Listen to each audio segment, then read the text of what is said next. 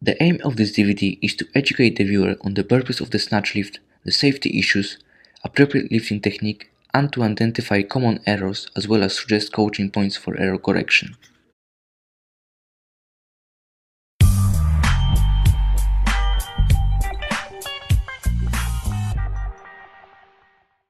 Evidence for both strength training and strength contests can be traced back to more than 4,000 years ago. Ancient records indicate that resistance training and contests of strength and power were quite popular in countries like Egypt and Greece as early as 557 BC. Those contests of strength and power gained popularity into the modern era. The modern era of weightlifting began in mid-1800s, particularly in European countries such as Austria and Germany, where general strength training began to spring. In March 1891, the first World Weightlifting Championships took place in London. 1986 was the date when men's weightlifting was included in the modern Olympics for the first time as part of track and field. 66 years later, weightlifting became a permanent fixture in the Olympics at the 1920 Antwerp Games. Women's weightlifting was included in the year 2000 during the Olympic Games in Sydney, Australia. At the time weightlifting was first introduced into the Olympic Games, competition included both one and two arm lifts. In 1925, competition was limited to three lifts: the two-hand press, snatch, and clean and jerk. In 1972, the press was removed from the competition, mostly due to difficulty in judging press technique.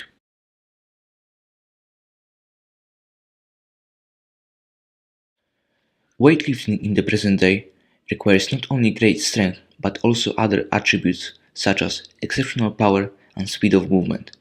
It is contested in approximately 165 countries across the world and is consistently one of the 7 largest participant sports by the number of countries in the Olympics.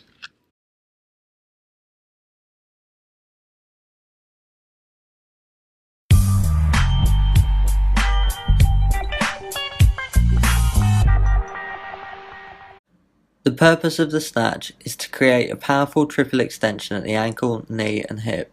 This movement is seen in many field-based, court-based, combat and track and field sports. Thus the snatch and its derivatives are used by many different sporting disciplines to enhance performance. The snatch is so beneficial and its variations so easily utilised because of its dynamic correspondence to sporting activities.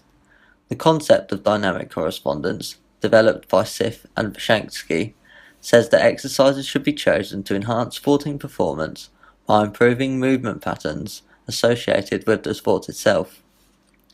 These patterns include amplitude and direction of force production, accentuated regions of force production, dynamics of effort, rate and time of maximum force production, and musculature required to perform the movement needed. As highlighted earlier, the snatch is a maximum effort movement requiring an explosive triple extension. It requires balance, coordination, timing, strength, speed and aggression. Qualities such as these link to almost all sport-specific movements, and with its many different styles and variations, the snatch can be tailored to most, if not all, sporting movements.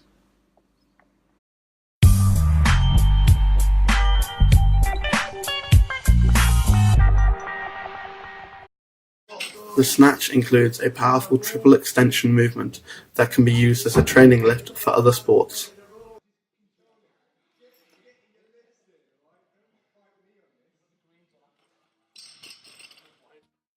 The majority of contact sports will use a triple extension in pushing, driving, or shoving motions.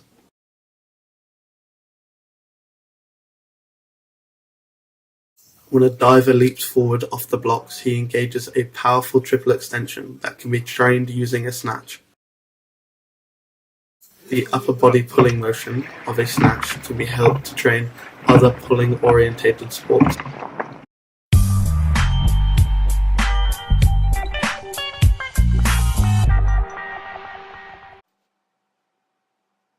Before performing the lift, the athlete must make sure that the lifting area is clear. All debris, such as bags, plates, dumbbells, and anything that would get in the way of the lifter should be removed from the platform. Once the area is clear, the athlete might then perform the lift safely. When performing the lift, the athlete must make sure that they are wearing appropriate clothing and footwear. The athlete should wear comfortable clothing that will not affect their movement in any way when performing the snatch. Weightlifting shoes are also recommended as they provide solid contact with the floor and eliminate any compressibility, allowing for more force to be transferred through the kinetic chain. They also have a little lift in the heel, which allows for more ankle range of motion, therefore making it easier for the athlete to get in the bottom position of the snatch. Most weightlifting shoes also have metatarsal straps that increase lateral stability, provide some very important arch support, and suck the foot back into the heel of the shoe to reduce intra-shoe movement. When performing the snatch or any other Olympic lift, the athlete must use the correct barbell. A weightlifting barbell should be used as it has smooth rotating sleeves that allow the lifter to get under the bar quicker during a lift. It also has a smoother grip so it doesn't scratch the lifter when they catch the bar during a lift. Men's weightlifting barbells have a standard weight of 20 kg, are 2.2 meters long and 1.1 inches thick. Female bars are 2.1 meters long and usually weigh 15 kg. The right type of plates must also be used when performing the snatch. The athlete should use weightlifting plates, sometimes referred to as bumper plates, which are the rubber-looking light plates that can be dropped from above the head onto the platform when performing more technical lifts such as the snatch. Before performing the lift, the athlete must secure the plates on the bar using either collars or clips. Collars can sometimes be weighted up to 5 kg and are more often used for powerlifting. Clips, however, have much smaller attachments and are more commonly used in weightlifting. When performing the snatch, the athlete should be using a hook grip. This is a technique commonly taught to Olympic lifters where you wrap your thumb around the bar and then wrap your fingers around your thumb. The use of hook grip removes the slack from the wrist, putting it in a better and more stable position. It allows the lifter's arms to relax, enabling them to engage their back muscles more during pulling movements. Last but not least, this lock also prevents the bar from rolling out of your hand. The lifter might also want to use chalk as it absorbs the sweat, allowing them to maintain a better grip on the bar. Wrist wraps are another recommended piece of equipment, especially when it comes to heavier loads, as they put the wrist in a stable position overhead. However, the athlete must not rely on them all the time and occasionally lift without them in order to strengthen the wrist joint. The lifter might use weightlifting straps when performing derivatives of the snatch, such as snatch pulls or snatch deadlift. The straps allow the lifter to really work on their pull without worrying about the grip giving out. However, this should not be used all the time, as that can develop dependency and false sense of security. When using straps for full lifts, the lifter must take extra care as it might be difficult to get away from the bar if you miss a lift.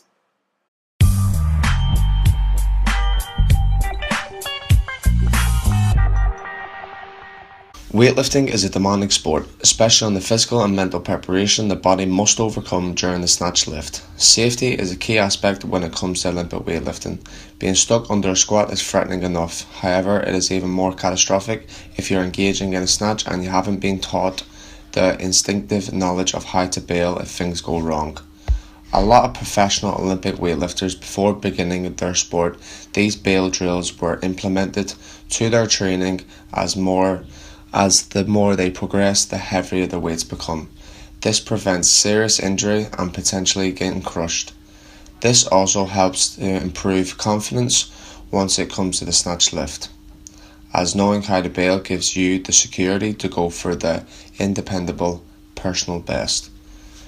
Therefore, bailing is a satisfactory and commonly engaged from coaches to implement the safety techniques into the Olympic training exercises.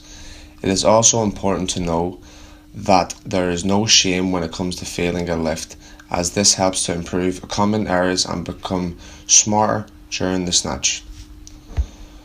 When it comes to the snatch, there are two common ways to bail. This is front and from behind. Missing in the front of the snatch is usually caused when the weight is getting pulled forward off the floor, or secondly, the bar path is getting away from yourself. Ways to bail from this area is when you're forward leaning and your toes just actively extend arms forward and just jump your feet backwards.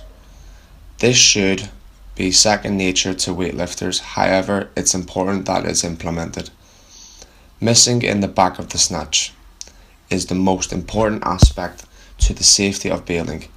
This is due to the positioning the athlete will be in.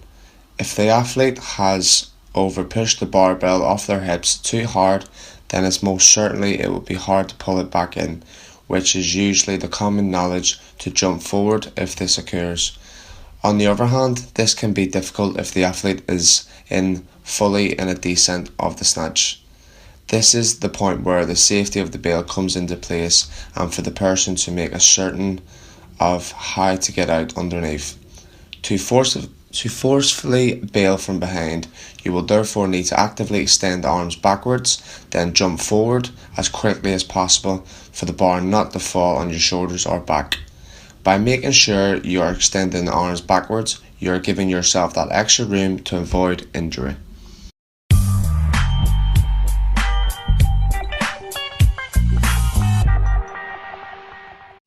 The set position is very important when it comes to the snatch or any other Olympic lift. This is because failure to set up correctly at the start will lead to problems in the later phases of the lift. A common error that we see in the set position of the snatch is athletes flexing at the thoracic spine and rounding their back. This may potentially lead to an injury due to increased shear forces in the spine. In a perfect world, we want the back to be in neutral position with the thoracic spine slightly extended. This puts the lifter in a good set position, ready to begin the lift.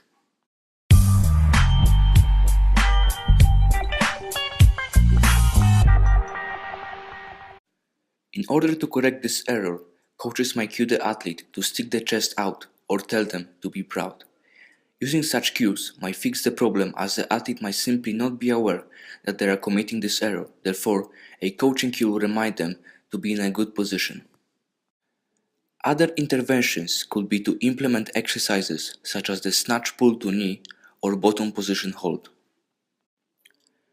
The pull to knee exercise is great if the athlete is committing this error due to a muscular weakness. This is because it emphasizes posterior muscular development, thus enhancing proficiency in the weightlifting movements by allowing the athlete to become stronger and more stable in the positions required for the initiation of the first pull. The bottom position hold is where you load the bar heavy enough so that the athlete is unable to lift it off the floor. This allows the athlete to adjust their position correctly according to the technical model.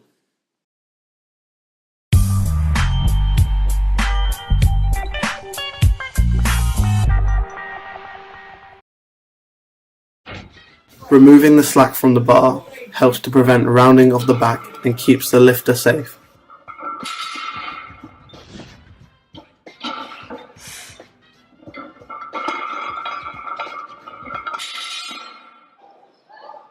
As you can see, the athlete drops his hips down and engages his lats, making sure to keep his chest up throughout the movement.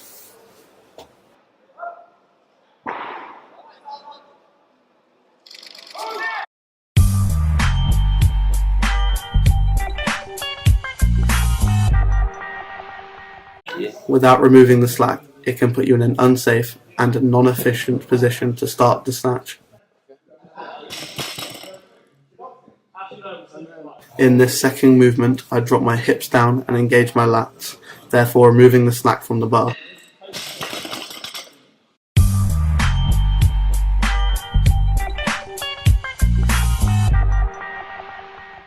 The first pull is the portion of the snatch where the bar is moved from the floor to just below the knees.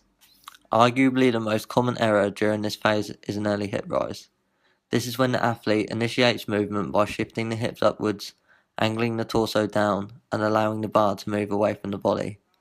These errors mean that when it comes to transitioning and the second pull, the bar and the body is not in an optimal position to produce maximum force, leading to an inefficient movement and producing a poor triple extension. When performed correctly during the first pull, the torso angle should not change from that of which it is at the starting position. This enables the bar to remain close to the body and the transition to be made successfully. Weight should be shifted into the heels and no arm bend should yet occur. All of this allows the correct power position to be reached in an efficient manner.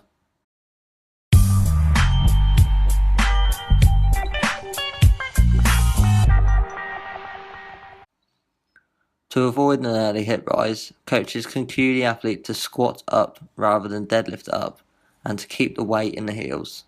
Coaches can also make the athlete aware that the dorsal angle should remain the same. Specific exercises for increasing a successful first pull can include 3-point snatches and a snatch deadlift pause below the knee.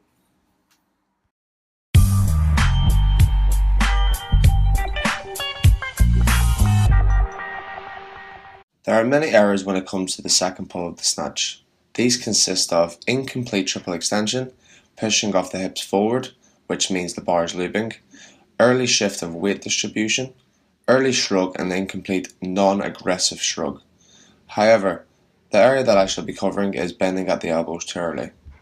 Bending at the elbows too early does not allow the full triple extension to activate when transitioning to the catching phase. It decreases the chances of stabilizing the barbell as the technique cannot be corrected halfway through. Bending at the elbows, the athlete will encounter problems when finalizing the extension, which means a passive elbow extension is critical.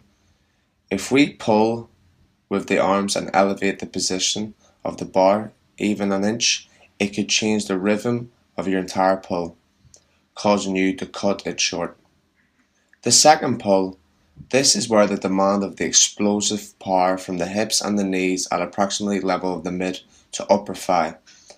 This is where a bulk of the weight is accelerated upwards to process to the catching phase. Throughout the second pull, the bar should remain close to the body to create that perfect bar path to accelerate to the catching phase. Should be extending at the ankles, knees and hips, which helps to increase that explosive movement in the jump action. This also should be combined with a violent shoulder shrug, which helps the all transition stage of the second pull to the catch. Throughout the second pull stage, it should consist of a full triple extension of the shoulder shrug and arms straight as possible. Ways to implement the second pull for the elbows not to bend is to turn the elbows away from the body. This helps to produce a much smoother and more efficient bar path by keeping the bar closer to their center of gravity.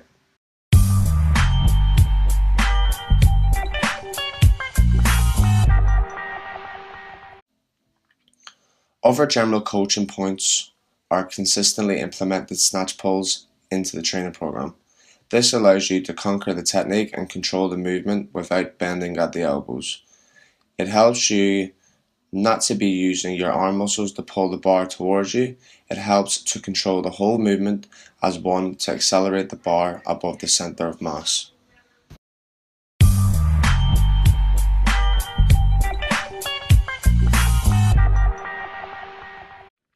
Another common error that can be seen during the snatch lift is the position of the bar in the catch position being too much in front or too far back. Ideally, in the catch position, we want the bar to be over the crown of the head. This places the center of mass over the base of support. Placing the center of mass over the base of support allows for more stability in the catch position of the snatch, as weight is equally distributed throughout the body, leading to a successful recovery from the snatch. Catching the bar too far forward will place the center of mass in front of the base of support, shifting the entire body weight forward and putting the lifter in an unstable position. This may lead to an unsuccessful lift, as the lifter might not be able to hold the bar over the head and might have to drop it in front of him. It may also lead to the lifter having to take a couple of steps forward as they recover from the bottom position in an attempt to place the center of mass over the base of support.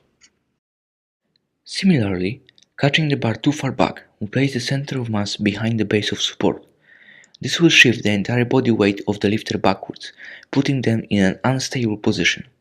It can lead to an unsuccessful lift and the lifter falling back as they are unable to maintain balance due to the entire center of mass placed behind the base of support.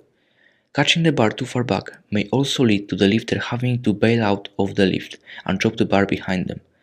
This is because by catching the bar too far backwards, they will not be able to hold the bar overhead due to unstable shoulder position.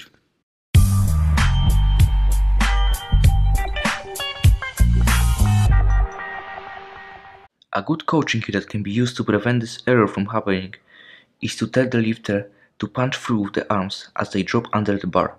Utilizing this cue will make the lifter to exert more force vertically as they drop under the bar and put the lifter's shoulders in a much more stable position.